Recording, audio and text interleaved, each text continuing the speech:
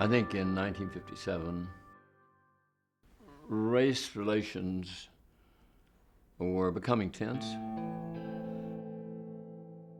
The question of which way Nashville would go was a subject on many minds. I was just excited about being in school.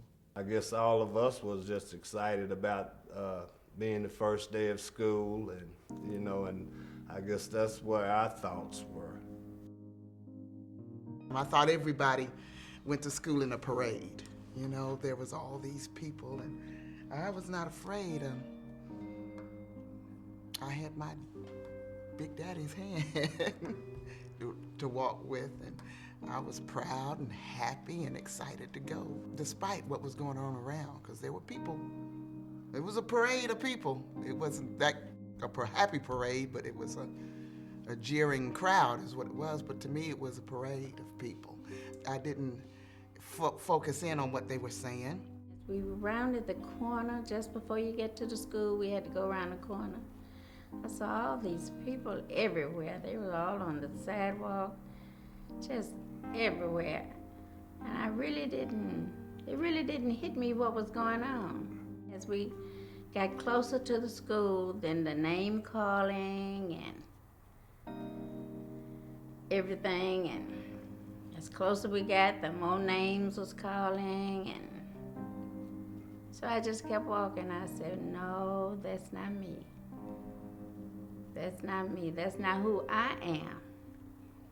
Nashville, of course, decided that it was going to do the, quote, right thing, close quote. We were going to desegregate the schools the way they should be desegregated. We had a school board that embraced what was called the stair-step plan. It was an effort to move with all deliberate speed. Accent on deliberate, not speed. So I was the one that had to take children to school. So it was kind of scary. It was really scary because you get phone calls. We're going to kidnap your child. We're going to throw a bomb in your yard. And just all kind of little stuff. Nothing, that was serious enough, but that was scary. Rather scared myself, but I didn't show it. When somebody throws some bricks and bothers, said 150 people walking behind you. And you tell me you ain't gonna be scared? No. I was afraid too.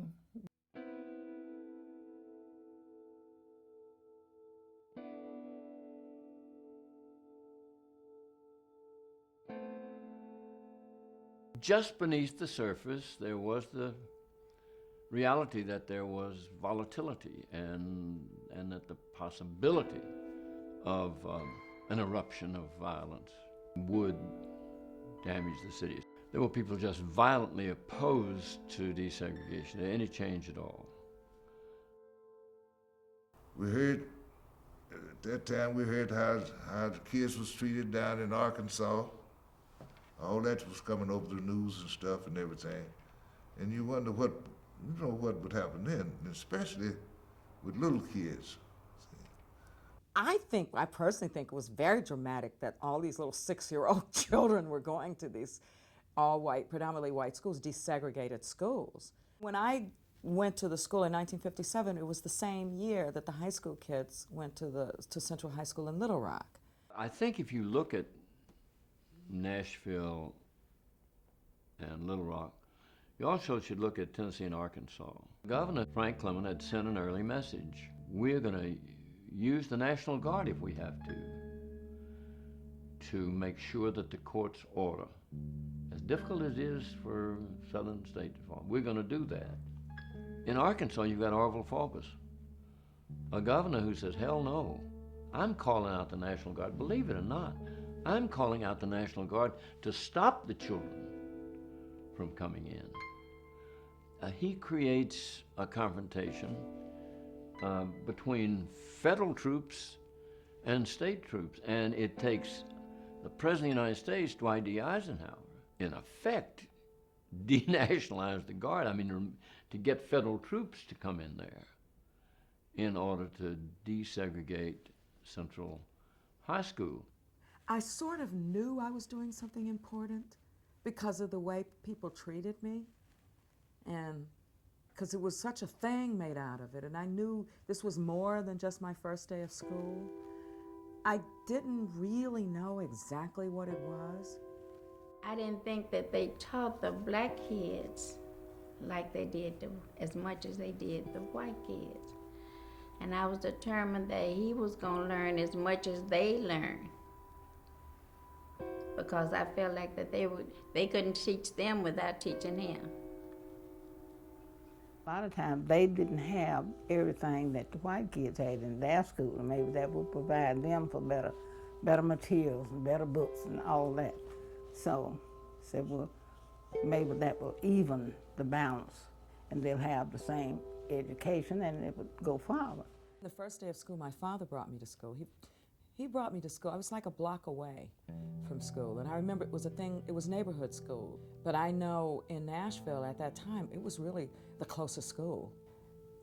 After the Supreme Court ruled against segregation in 1954, it was 3 years before the Nashville schools took their first small step to desegregate. And even then, they were ahead of most of the other southern cities. It was all right for us to play in the neighborhood together, but then attending school together, that was a different thing. When I got to the school, I immediately found a neighbor playmate, which added to my security, and I made a couple of new friends that were white children. Still remember my first grade teacher, Miss Fox. I'll never forget her. She wanted us all to learn, not just one individual. You know, she treated us all as one. I remember the first word my first grade teacher taught us to write, and it was "we." I remember that very clearly. I remember also thinking, oh, that's appropriate, although I didn't know what that word appropriate meant, but I thought that was like a good word. There was 3 families there that was enrolling their kids at that particular day. This was the day that Casper had the crowd riled up and everything, and it was quite a crowd there in front of the school. I was a little scared, especially with all this crowd. I had her by the hand, I wouldn't turn her loose. Well, I put her in there. I said, but this man Casper, they done heard him all 2 or 3 weeks, I guess, before school opened up. He was down there. I guess he was a racist. There was a cross burn in the yard twice. One in the yard, one out there in front of the house. It was just a mess. On September the 9th, 1957, I was working as a patrolman with the Nashville Police Department, and we were on 12-hour shifts. When I got off at midnight, I lived about a block away from the school here, and I just put my hat and my gun up on the shelf, and I turned around. About that time, I heard this loud boom. The house shook, and it knocked me about halfway across my living room, and I couldn't imagine what had happened. It was a terrible sound. About that time, I saw some smoke, looked like smoke, coming up from the school, and I hollered at my wife, and I said, I believe it's the school. I'm going up there. So I took off running up here. The whole corner of I guess it's the east end of the school, was blown out. It was a terrible sight and a sad sight to see. I think somebody would do that to a school. The minute I heard that the school had been blown off its foundation, I went out there. A large crowd had gathered. The lights from the fire department were on the building. The frame, as I recall it, had been lifted off the foundation. Of course, it was chaos to a point because we hadn't been through anything like this in this city, and it was all the results of a little black girl coming to the school here, and some people didn't want that. There beneath the lights was the dim outline of a mass of people some just neighbors who lived across from the school. But many others, the parents and the children of Hattie Cotton, all white. One black child, a little girl as I recall, had enrolled that day. And she, of course, by that time was in police custody for her own protection and for her family's protection. But looking back on it, what most of those people were saying to themselves, and some said aloud, you know, this is a lovely little school. Our kids get a good education here. I fear too many of them said, why did the blacks have to do this to us?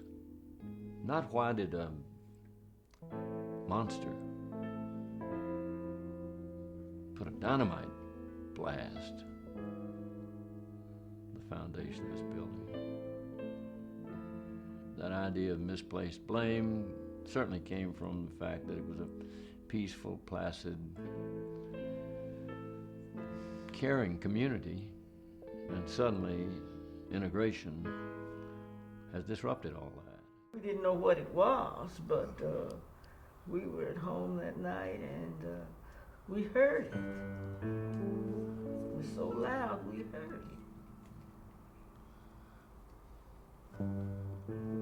Didn't know what was going on at that time. The next day was not what the bomber would have hoped. The bomb really backfires in the face of the merchant of violence, of the bomber. That's when things Got turned better. around. When they, Suddenly things got instantly better when after they, that bombing. And to go over there and bomb their newest elementary school, then immediately The law said enough. they said, pick them up, arrest. Anybody you see, pick them up, arrest. So that changed the whole. changed the whole thing looked like the whole thing in the city. Yeah, settled down. I think from the mayor all the way down to the citizens in this city, we were able to overcome that and integrate the schools and do what was supposed to be done by law and by what was right in this country. You know the scenes on the sidelines of football games, right at the end, there's some unsuspecting winning coach standing there, and suddenly there was a shower of ice, water, and slivers of ice dumped on him, and you know it just shocks the body. Nashville's civic body felt that shock of ice water. If that man with dynamite and a fuse thought he was going to intimidate the parents of that child, or any of the parents of any of the black children in this community, he's the one who had a shock coming. The first few days of school, we were lucky. I mean, there was the school that was bombed, the Hattie Cotton. I remember hearing about that, and I remember there was a little debate among my parents as to whether I should go to school the next day. I went. I think it was, of course, I was going to go to school. She said, Mama, ain't no cheering in that school. I said, well, don't worry about it. You just pay attention to the teacher. As a parent, they had violated and I thought had interrupted my children's education because I figured they were going to have to be taken to another school. They may not would have the same principal, which they all love. I was upset about it. There were, I think, 21 blacks throughout Nashville. They attended other white schools. After the bombing, only 13 continued. I was young,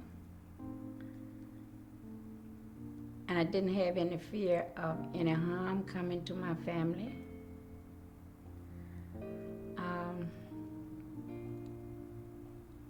I had a lot of church support from my church members. And I just had faith in God, and it just I just really didn't have no fear of harm coming to us as far as that was concerned. Nashville, Tennessee has got a record of going through a lot of unrest in this country for different certain things. And it's probably the only major city in the United States that never had lost any lives or been very little personal property. The parents were admirable because they took the children and their precious children through the jeering crowds. They didn't consider us able to learn.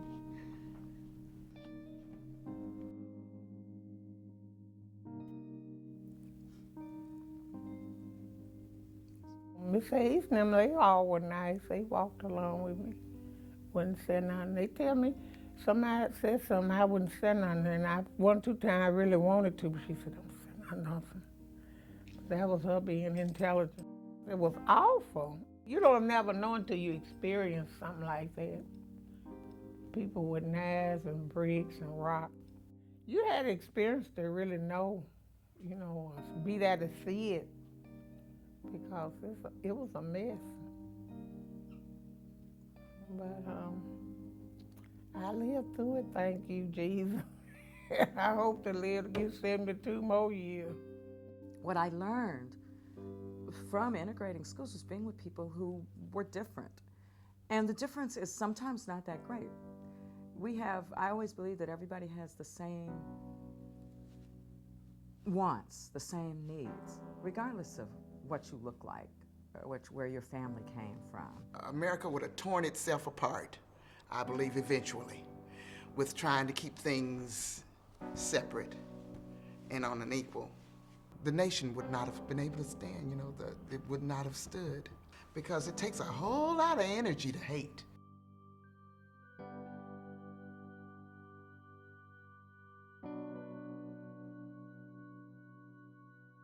But I can say one thing, I'm glad I made an effort to help somebody, as well as mine.